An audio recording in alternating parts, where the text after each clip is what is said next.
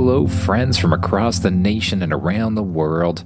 I'm Martin, and you are listening to Dad's Bedtime Stories, the podcast that takes listener ideas and turns them into bedtime stories.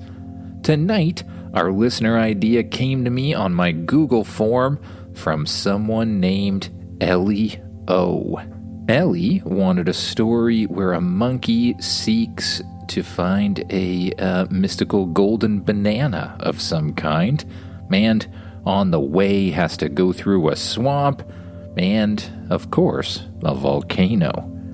Now, as some of you know, especially if you've been listening a lot lately, I'm currently on vacation, so instead of making this story up using my own brain, well, I kinda outsourced it. I created a story outline for it, and I put it in Chat GPT, and this is what came out. Now, even though this one's created by AI, I think it's a lot of fun. I had fun reading it, and I hope you have fun listening to it too.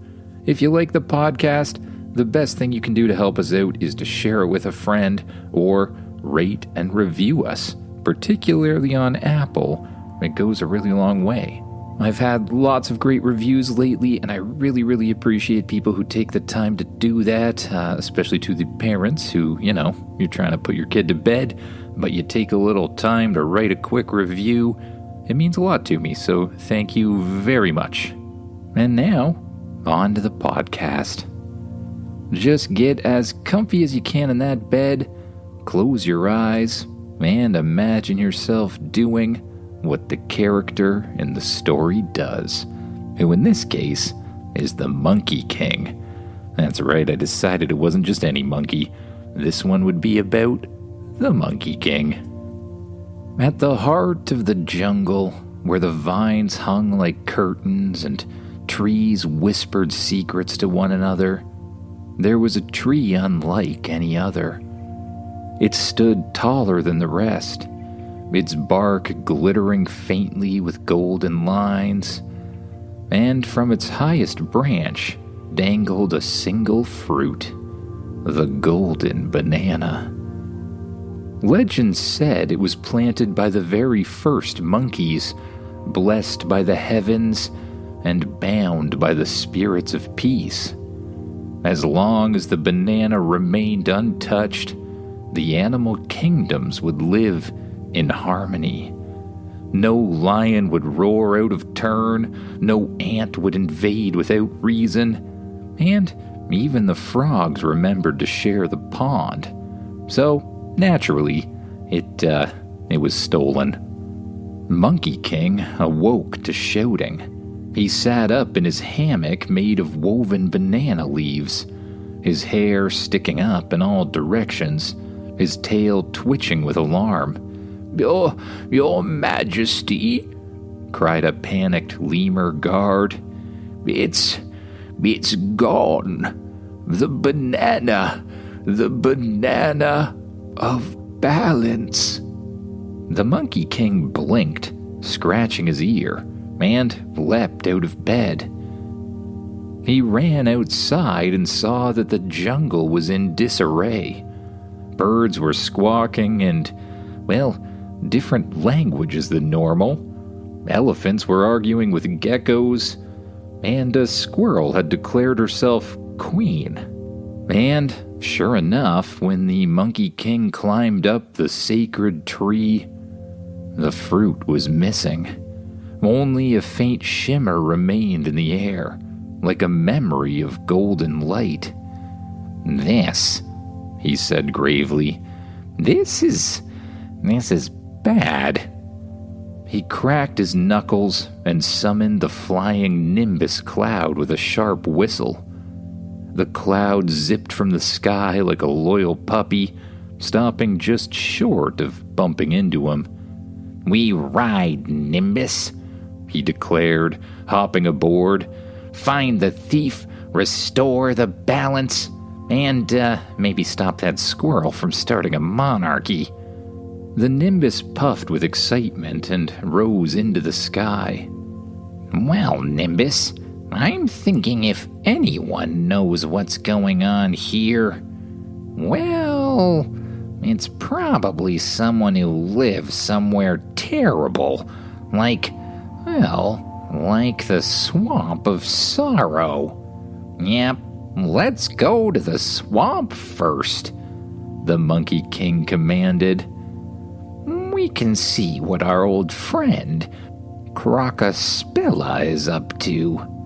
The Nimbus swirled, and they vanished into the sky. Now, the Swamp of Sorrow was no place for amateurs. It was soggy, sticky, and full of sentient mushrooms that cried whenever someone stepped on them. The trees leaned too far over, and the moss constantly whispered creepy things like, "Turn back," or "You forgot your umbrella," or "You smell like disappointment." The Nimbus hovered cautiously over the edge of the bog. Monkey King leapt off with a grin. "Come on, Nimbus, you floated over worse." Nimbus did a loop-de-loop to show it wasn't scared, but remained firmly above the muck. The Monkey King landed lightly on a thick root and began hopping from tree to tree. The air was thick. Eventually, the Monkey King reached a clearing dotted with luminous lily pads and frogs wearing tiny top hats. In the center, stirring a cauldron made of an upside-down turtle shell, stood a long, lumpy crocodile wearing a crooked purple hat adorned with feathers and glittering bottle caps. "Crocospella," he called, leaning on his staff. "Still brewing potions of gloom? Or did you take up stand-up comedy?" The crocodile witch blinked her yellow eyes, turned around slowly, and smiled a mouth full of teeth that didn't quite fit. Well, if it isn't the banana brat himself," she rasped. "What brings royalty to my rotting doorstep?" Monkey King hopped down to the soft ground, where his feet immediately began to sink. I'm here for answers," he said, trying to ignore the creeping wetness in his toes. "The banana of balance is missing." Crocospella cackled. "Oh, that old fruit. Finally, it's time someone took it." Did you take it?" he asked. "Please," she snorted. "Gold gives me allergies. But someone did come through here yesterday, left footprints in the gloom, wore a cloak, moved like a monkey, but something about him was off." "Off how?" the Monkey King asked. "He didn't even cast a reflection in my soup," she said, pointing to the bubbling cauldron. "And he paid me in riddles." Monkey King scratched his chin. "General Howler." "Oh no, that traitorous banana split. I thought he was rotting in the jungle guardhouse." "Apparently not." "Which way did he go?" Crocospella grinned wider. "I might tell you, but first, a challenge." Monkey King sighed. "You witches and your challenges." Crocospella waved a webbed claw, and the clearing shifted. Roots curled up to form a small grassy arena, surrounded by vines and weeping willows. "You must beat me in the quiz of doom." "Seriously?"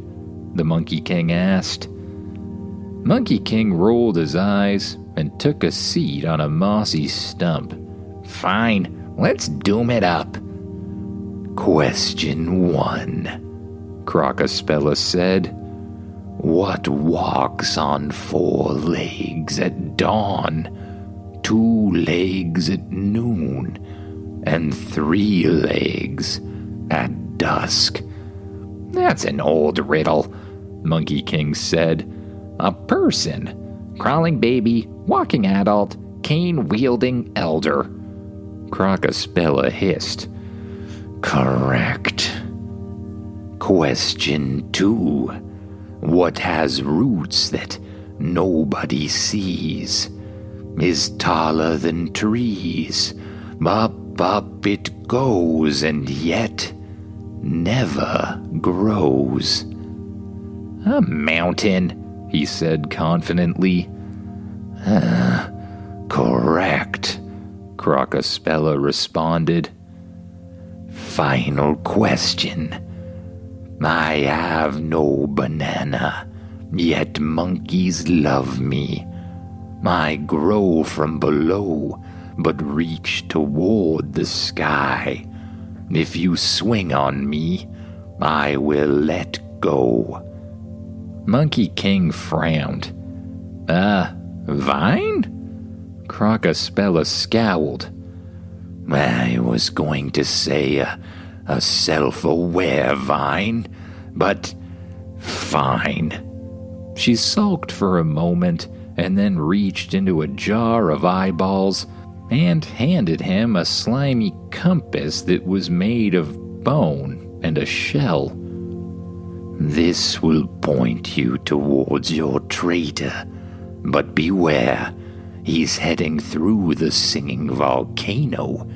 If the heat doesn't fry you, the rhythm will."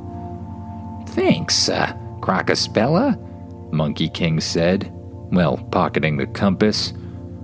"Oh, and one more thing," she added. "Tell your flying puffball to land in the designated cloud zone next time. I don't allow unauthorized hovercraft in my swamp." The Nimbus cloud just sort of puffed indignantly from the treetops. Monkey King bowed mockingly and leapt up into the sky. The Nimbus swooped beneath him just in time, catching him mid-air. They lifted up out of the swamp of sorrow and headed for the singing volcano. Now, the singing volcano could be seen from miles away. It wasn't just a plume of glittering golden smoke or the lava that shimmered like melted rubies. It was the sound. From high above, as Nimbus zipped through the clouds like a golden dart, Monkey King could hear the distant thrumming of drums, the rise and fall of some sort of harmony. The volcano didn't just erupt. It sang, or played music anyways. As they drew closer, the rhythm grew louder. Cymbals clashed, flutes trilled. Monkey King could feel the vibrations in his tailbone. The Nimbus spiraled down to a landing pad that looked like it was made of obsidian. Monkey King stepped off and stretched, the heat radiating around him like he was walking through dragon breath. The path ahead was cracked and glowing. Steam hissed from vents. Giant mushrooms pulsed in time with the beat. And then, with a burst of feathers and fire, a figure appeared above the lava lake. A phoenix. She hovered in place, her wings casting rainbow sparks as she circled down in a graceful arc, landing before the Monkey King with the elegance of a ballerina and the simmering menace of a volcano about to sneeze. "I am Flamaria," she sang. guardian of the volcano, singer of the flame, dancer of the eternal beat. Monkey King bowed. Nice to meet you. Monkey King, Nimbus Cloud Rider, and banana enthusiast. Flamaria narrowed her eyes. No one passes through my volcano without performing the rite of rhythm. Do you dance, monkey? Well, I've been known to bust a move or two, Monkey responded. Then let's see if your feet can keep up with the fire. The ground shook, the lava hissed louder, music erupted from nowhere, a deep, pulsing tribal beat. Flamaria took to the air, spinning and twirling, leaving spirals of fire in her wake. Monkey King cracked his knuckles. Well, I did challenge a moon spirit to a tap-off once. Monkey King jumped into the beat, flipping, spinning, and cartwheeling across the volcanic platforms. Each of Flamaria's moves unleashed bursts of heat, trails of flame shaped like firebirds. Monkey King matched them with bursts of wind from his staff and daring acrobats. Flamaria swept low, spinning in place like a flaming top, sending a shock wave across the lava. Monkey King leapt, spun mid-air, and landed in time with a booming drum beat, causing a geyser of steam to shoot into the sky. Oh, he's good, Flamaria said with a sly smile, and the tempo increased. They battled for what felt like hours, rhythm and movement blending until it was hard to tell whether they were fighting or performing. Finally, as the drums started to reach their peak, Monkey King spun through a final flip, landed in the splits on a glowing rock, and raised his arms in triumph. The music stopped. Flamaria clapped her wings. Very well, you pass. Barely. You're no phoenix, but I've seen worse. She waved a wing, and a path of cooled obsidian stone rose across the lava. General Howler passed through here not long ago, cloaked, quiet. He refused the dance and tried to sneak by. I let him, she said with a grin. But the volcano saw his heart and made him sing. He screamed the whole way across. Charming, Monkey King said. He's headed to the Mirror Mountains. But beware, Flamaria added, her eyes glowing faintly. The mountains show you more than your face. They show you who you really are. The Nimbus zipped down from above and hovered at Monkey King's shoulder. Great, Monkey King muttered. Self-reflection, my favorite. He leapt aboard the cloud and gave Flamaria a little salute. Thanks for the dance, Firebird. Thanks for not falling in the lava, she called. Come back sometime. I'll teach you the double flare flamenco. The Nimbus carried them skyward, above the world, above the clouds, and all the way to the Mirror Mountains. The mountains loomed like teeth of some ancient beast, each peak jagged and silver, reflecting the world around them in strange, warped patterns. As Monkey King and Nimbus flew closer, the clouds parted to reveal their icy slopes, glinting like broken glass. "This place has always given me the creeps," Monkey King said, hugging his staff a little tighter. "Too many versions of me, and not enough banana trees." Nimbus gave a soft, almost sympathetic puff as it slowed to a gentle hover above the snowy ridgeline. Monkey King hopped down, boots crunching on frost. All around him, the world was fractured. Countless versions of himself blinking back from the shards of reflective stone. Some of them waved, some looked annoyed, and one was picking his nose. He sighed. Fantastic. A narrow path led into the peaks, flanked by mirrored boulders that hummed softly with magic. The deeper he went, the more distorted his reflections became. One showed him as a wrinkled old person with long white beard and hair. Another, oddly, he had a banana for a head. He paused before a particularly large mirror embedded in the cliffside. This one didn't reflect his movements at all. The version of him inside stood still, arms folded. "Who are you supposed to be?" Monkey King asked. "I'm who you could become," the mirror version replied, "if you stopped joking around all the time and took the throne seriously." Monkey King frowned. "You look miserable." "I look focused. The kingdom needs a king, not a clown." "And yet, here I am," Monkey King said, spinning his staff once and tucking it behind his back, "still saving the world, one banana at a time."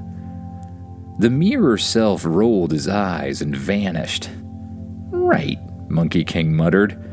"Definitely creeped out now." As he turned to continue, a cold wind howled down the path, and from it stepped a shape, a familiar one, a furry one, and one with a staff just like his. A shadow version of himself. "Oh no," he groaned. "Not this again." The shadow monkey lunged. The fight was fast, silent, and elegant. Staff clashed against staff, flip met flip. Every move the Monkey King made, the shadow countered perfectly. But then the Monkey King paused, breathed, and closed his eyes. Then he let go. He ducked instead of striking, sidestepped instead of countering, and when the shadow lunged again, Monkey King simply bowed. "I'm not here to fight myself," he said calmly. "I already know who I am." The shadow faltered and then dissolved into mist. The path ahead shimmered, the fog lifted. Monkey King stepped forward, emerging from the mirrored corridor onto a wide, snow-covered plateau. Waiting at the far end was a golden gate, shaped like a banana split down the middle. "Oh, come on," he groaned. "That's just excessive." The gate creaked open. Nimbus swooped down behind him. Monkey King climbed aboard with a nod. "Time to finish this," he said. They soared through the golden gate and left the mirrors and the weird monkey with the banana head behind. Far in the distance, perched atop a towering cliff, stood a fortress carved from stone and gold, the Banana Citadel. The Banana Citadel rose from the cliffs like a peeled monument of madness. Its towers curled like spiraled banana skins, its walls gleamed golden in the afternoon sun, and its gates, a massive arch shaped like a grinning chimpanzee, hung open, as if daring others to enter. Nimbus just hovered in place. "Yeah," Monkey King said. "Even I think this place looks ridiculous." He patted the cloud. "You can wait for me here. If I'm not back in an hour, wait longer." He leapt from the Nimbus and landed at the gate. Inside, the citadel was eerily quiet. The golden halls echoed with every step. Banana-themed tapestries lined the walls. At one point, he passed a sculpture of a monkey doing yoga with a banana balanced on its head. He rolled his eyes. General Howla always did have a flair for the dramatic. Finally, he reached the throne room. At the far end sat a large figure on a towering golden throne. A tattered cloak hung from his shoulders. His fur was grayer now, streaked with time and battle. His once kind eyes had gone sharp and cold. "Hello, old friend," said the general. Monkey King stepped back, staff at the ready. "All right, give it back." Howla smiled. "Oh, the banana. It's here, safe, but it doesn't belong to them anymore. Not the frogs, not the birds, not even the monkeys." He stood and pointed. On a pedestal beside the throne, under a glass dome, was the golden banana. It was pulsing with energy, pure balance, pure power. "It belongs to us," Howla said. "We were always stronger, smarter. We should rule the animal kingdoms, not serve them." "That banana keeps the peace," Monkey King said. "You break that balance, everything falls apart. There's literally a squirrel right now thinking she's a queen." "Maybe it should fall apart," Howla growled. "Maybe it's time for a little glorious chaos." Monkey King sighed. "Why do villains always talk so much?" He vaulted forward, and the throne room erupted into chaos. Howla met his attack with a roar, drawing a golden staff of his own. The two clashed in a furious blur, king and general, past and present. They flipped over banana-shaped fountains. They skidded across a banana peel rug. At one point, Monkey King was nearly knocked into a bowl of ceremonial plantains. The fight was intense, but Monkey King had grown. Through the swamp's sorrow, through the volcano's rhythm, the mountain's reflection, he'd learned about himself, and he'd adapted. When Howla swung down in a furious arc, Monkey King just let it pass, pivoted, and tapped his staff gently on the ground. From above, Nimbus crashed through the skylight like a thundercloud and slammed into Howla's back with a gust of wind. The general flew into the pedestal holding the banana, and Monkey King caught the thing mid-air. He held it up, and the room pulsed with light. A soft wind blew through the citadel. The torches flickered, and Monkey King could feel balance restoring to the world. He could feel that silly squirrel abdicating her throne somehow. Balance was restored. Howla lay dazed in a pile of banana cushions. "You were a good general," Monkey King said. "You could be again." Howla blinked and gave a small, weary nod. The Monkey King jumped atop the Nimbus and flew high into the sky, over the clouds and back towards the animal kingdom. The Nimbus floated down towards the sacred tree. Monkey held the banana out. It floated in the air, and the branches wrapped towards it, reconnecting themselves. The fruit lit up brighter than ever before, and once again, the Monkey King was sure that balance had been restored. He flew back towards his house and jumped off of Nimbus. He climbed into his comfortable hammock, and he closed his eyes. He allowed the wind to slowly blow the hammock, rocking gently back and forth. And for the first time in a while, Monkey King relaxed. He let go of all of the tension from his arms. He breathed out all of the tension from his legs. He softened his face into a nice half smile.